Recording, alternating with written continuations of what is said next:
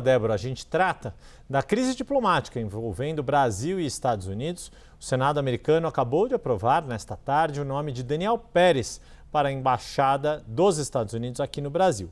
Mas o indicado de Donald Trump ainda precisa do aval do governo brasileiro, o agrimã, o que não deve acontecer antes das eleições.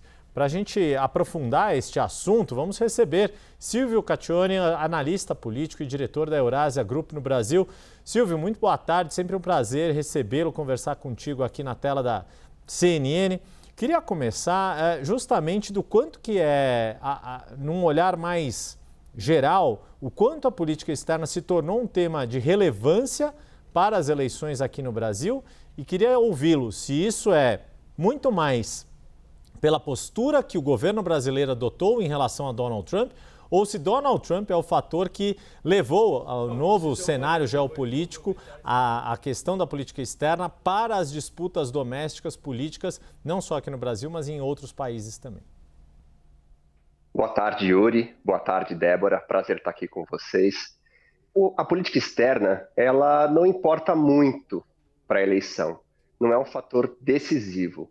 Agora, dizer que não importa nada também seria um exagero, né? Se política externa não importasse nada para uma eleição, a gente não teria, por exemplo, um governo aqui no Brasil cauteloso nesses últimos anos em lidar com o tema da Venezuela. Então, se até instintivamente o governo, o PT, tiveram mais cuidado em tratar do tema da Venezuela, por causa da repercussão interna que isso traz, é um sinal de que algum efeito isso pode ter.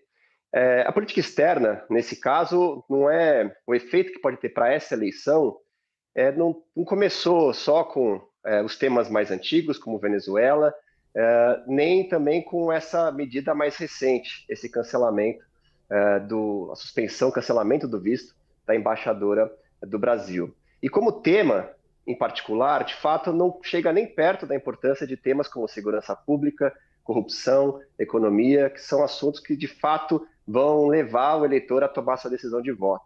Mas esse tema de política externa, além de reforçar alguns alinhamentos ideológicos, né, mobiliza a base da direita, mobiliza a base da esquerda, também serve para realçar ou enfraquecer atributos dos candidatos. O eleitor ele pensa não só em tema quando vai votar, mas ele pensa no candidato, nos atributos.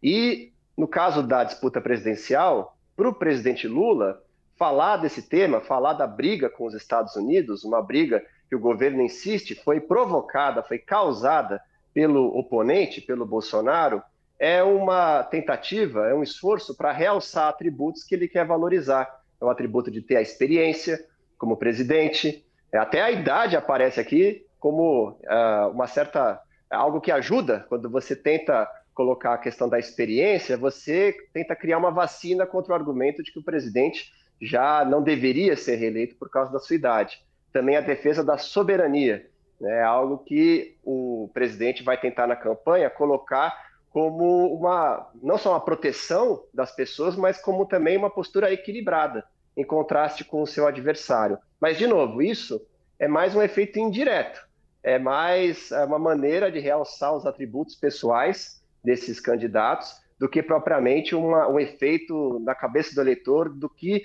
ele quer ou não que seja feito no tema em si, no efeito prático da vida dele.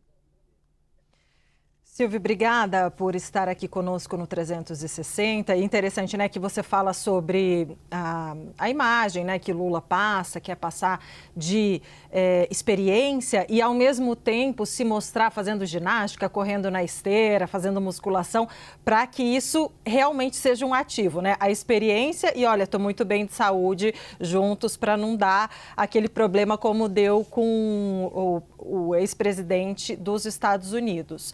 Agora, o Joe Biden. Agora, eu queria te perguntar o seguinte. O presidente Lula, no começo dessa semana, ele deu uma entrevista a um podcast e ele disse que ele anunciou que ele falou, eu acho que eu estou querendo ligar para o presidente Trump para falar sobre a conjuntura externa, sobre as guerras, assim como eu conversei com Vladimir Putin, como eu conversei com o Xi Jinping, estou querendo ligar para o Trump também. E aí eu te pergunto, que tipo de expectativa, né, quando você anuncia a intenção de fazer uma ligação, né, muito distante, que tipo de expectativa gera aqui no Brasil, na sua avaliação, tanto impactos eleitorais quanto impactos até econômicos?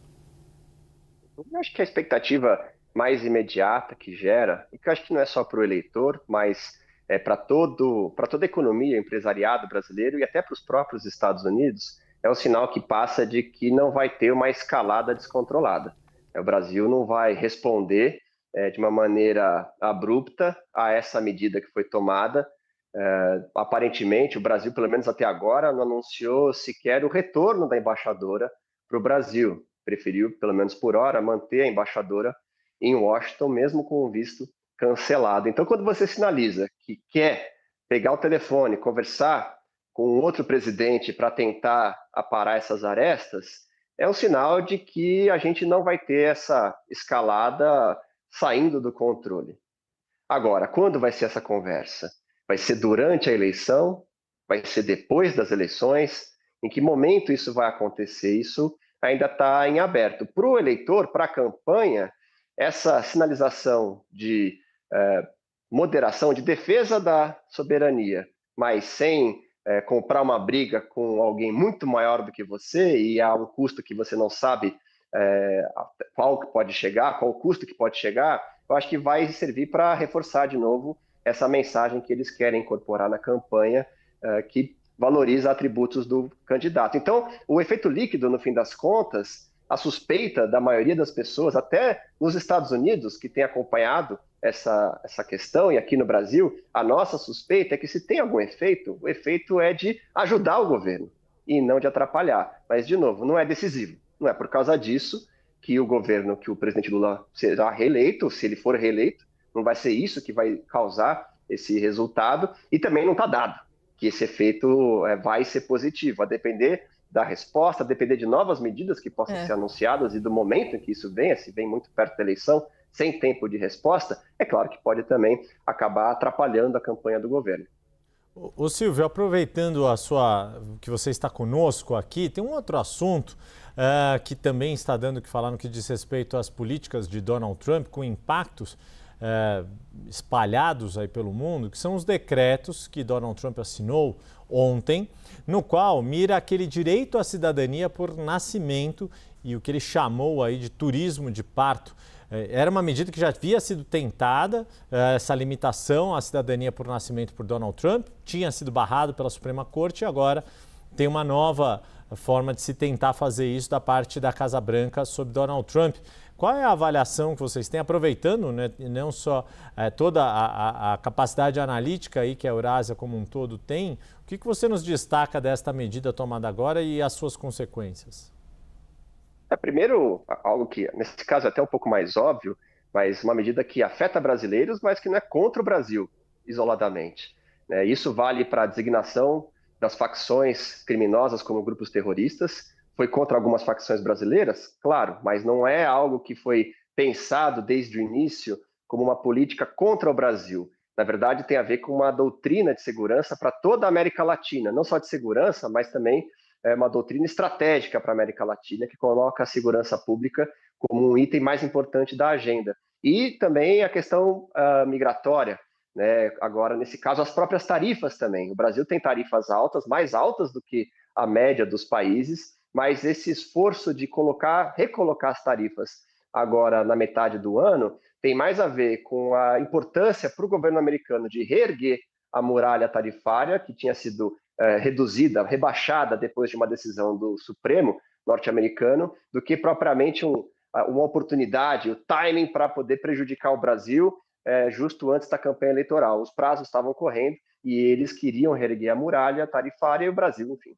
acabou vendo essas tarifas voltarem a subir nesse momento. Então, para cada uma dessas decisões, é claro que tem algum componente particular No caso das tarifas, a tarifa contra o Brasil foi mais elevada, a negociação vai ser mais complicada, mas tudo num pano de fundo mais amplo. Em um pano de fundo em que, para a América Latina, migração e segurança pública, de fato, são os dois principais temas da agenda do presidente Trump. E são temas que ainda mobilizam a sua base, a população, num momento em que Trump enfrenta uma queda da popularidade. Tem eleições legislativas agora no final do ano, e o governo se encontra com uma popularidade abaixo de 40% em média. Ou seja, ele corre o risco de perder maioria no Congresso. Esse é um cenário provável na Câmara norte-americana e ainda improvável no Senado, mas que está em jogo. Se o governo não reagir, não melhorar, ele corre um risco sério de perder também o Senado para os democratas. Silvio, fazendo essa conexão, né, das políticas de Donald Trump, ele tem com aqui a nossa realidade, ele tem tomado algumas decisões, como essa, por exemplo, tarifaço também, enfim, que acabam sendo antipáticas até para a direita brasileira, para a classe média, para os mais ricos, enfim, que acabam, né, gerando essa antipatia. E aí o Pedro Venceslau trouxe ontem, eu acho, uma apuração dizendo que o Tarcísio de Freitas, que lá atrás, quando o Trump foi eleito, né, agora, ele colocou aquele boné do MAGA, né? E que agora ele não faria isso de novo, porque agora é outro momento, quer dizer, essa questão da antipatia. Então, eu queria entender contigo como você vê e de que maneira você vê que Donald Trump e suas políticas podem aparecer na eleição desse ano aqui no Brasil. Essa associação com o Trump hoje, ela é negativa no Brasil. Não é uma unanimidade, mas a maioria do eleitorado tende a ver com maus olhos o governo Trump e as suas políticas. E também a maneira como os Estados Unidos têm tratado o Brasil. É por isso que, para o Lula, isso faz bem falar em soberania, falar em diálogo responsável, mas protegendo os interesses do Brasil, porque o eleitor ele enxerga essa disputa como um prejuízo para nós. E aí não é uma boa ideia realmente colocar um boné dos Estados Unidos ou um boné MAGA, Make America Great Again, num período de campanha. Se o Tarcísio fizer isso na campanha, ele vai perder a eleição? Também não vai. Inclusive a margem dele aqui em São Paulo, de intenções de voto, de popularidade, é bastante confortável. Ele tem uma taxa de aprovação que credencia a sua candidatura a uma reeleição relativamente confortável, mas não traz nenhum benefício, não vai aumentar a sua popularidade, nem aumentar a sua margem, nem facilitar a eleição dos seus deputados, dos seus senadores, ou ajudar o Flávio fazendo esse tipo de movimento. Nós conversamos com o Silvio Caccione, analista político, diretor da Eurasia Group aqui no Brasil. Silvio, sempre um prazer mais uma vez recebê-lo aqui no CNN 360. Um bom fim de semana, até a próxima. Para vocês também. Obrigada, Silvio.